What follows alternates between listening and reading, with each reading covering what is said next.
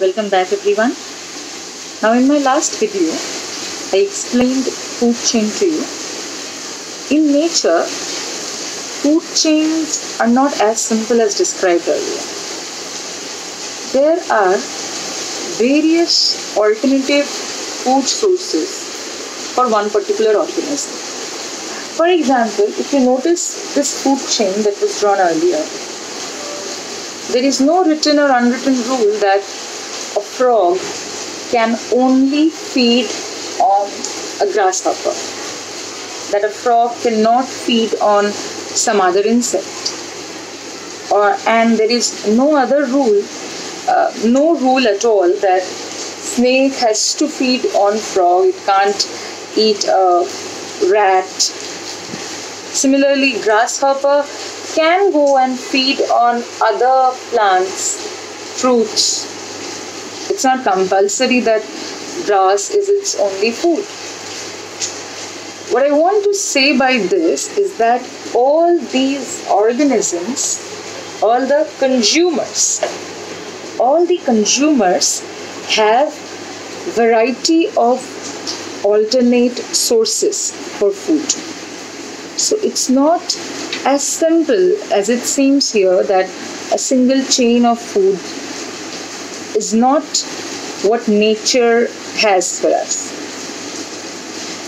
In nature, these organisms, they are actually present in the form of a food web. Now when we hear the word web, it appears to us as a mesh of wires or strings or something that forms a network between the different parts that it's joining. Well, food web is exactly that.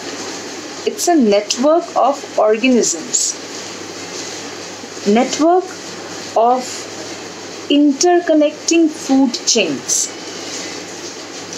So by definition, we can say that food web is a network of interconnecting food chains in a natural community where a lot of organisms are participating. Different organisms are participating. These food webs are very complex. Biologists, many scientists are yet to understand the entire dynamics and interactions in food webs. What I'll show today is a very simplified version of a food web to you.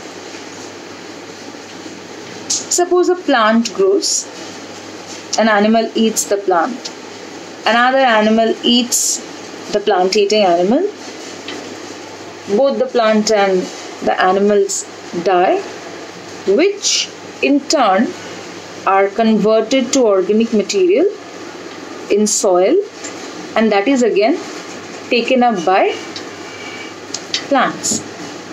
This can happen in many ways. Let me show you the food web that is shown in your book, that is done in your book. See this. Here, the vegetation, here the plants are growing. They are being fed upon by an insect. This insect can be fed upon by this fox, can be fed upon by the owl. Similarly, this plant is also fed upon by the rat. Rat can be fed upon by the fox. Rat can also be fed upon by the owl. So, if I consider only this part of the picture, I get 1, 2, 3, 4. Already 4 food chains. And these 4 food chains are not working independently. They are all interconnected. Similarly, see here, this rabbit feeds on this. Rabbit can be eaten up by this organism. Rabbit can be fed upon by fox, rabbit can be fed upon by owl. So here again I got 1, 2 and 3 food chains. So in total there are so many food chains which are interconnected to each other. That is the organism that belongs to one food chain can also or is also the participant of another food chain.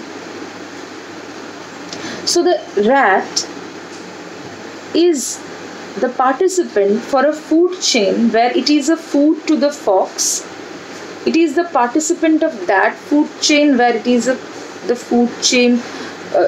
food for an owl. So 2 food chains are there which are sharing the same organism.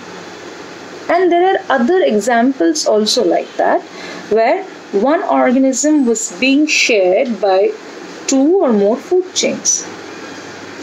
So altogether, if we look at it, it is a network of interconnecting food chains. And this is what is meant by a food web. So I hope these 2 videos have helped in making you understand food chain and food web. Next day we will be talking about advantages of food web, food pyramid and other aspects of ecosystem. That's it for today. Thank you everyone.